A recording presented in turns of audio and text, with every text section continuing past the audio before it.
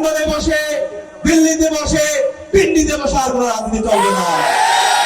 লন্ডনে ও দিল্লিতে বসে আর কোনো রাজনীতি হবে না, রাজনীতি করতে হলে এদেশে এসে করতে হবে, এমন মন্তব্য করেছেন ঢাকা বিশ্ববিদ্যালয়ের ভিপি সাদিক কায়েম। তিনি আজ শনিবার সকাল 11:30টায় ঠাকুরগাঁয়ে পীরগঞ্জ উপজেলা পাবলিক ক্লাব মাঠে ঠাকুরগাঁও 3 আসনের যুব বিভাগের আয়োজনে তারুণ্যের উৎসব অনুষ্ঠানে প্রধান আকর্ষণের বক্তব্যে এসব কথা বলেন। লন্ডনে বসে, দিল্লিতে বসে, পিন্ডিতে বসে আর কোনো রাজনীতি চলবে না।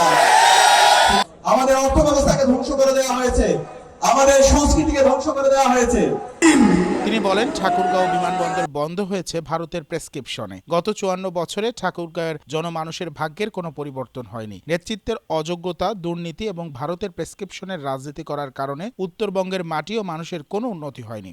কিন্তু গত 54 বছরে এই উত্তরবঙ্গের ভাগ্যের কোনো পরিবর্তন হয়নি।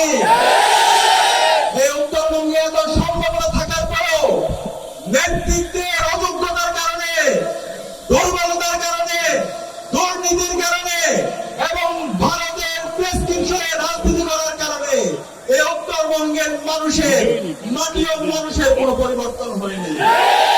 সে কারণে সাদিক কায়েম বলেন, বিগত বছরগুলোতে রাজনৈতিক দলগুলো যেটা পারেনি সেটি তরুণেরা করে দেখিয়েছে। জুলাই বিপ্লবের মাধ্যমে এদেশে সুন্দর বাংলাদেশ গড়ার একটি সুযোগ তৈরি করে দিয়েছে। আমাদের এই সুযোগ কাজে লাগাতে। আজকে জুলাই বিপ্লবের পরবর্তী আমাদের ঐতিহাসিক সুযোগ এসেছে, সেই ঐতিহাসিক সুযোগ আমাদেরকে কাজে লাগাতে হবে।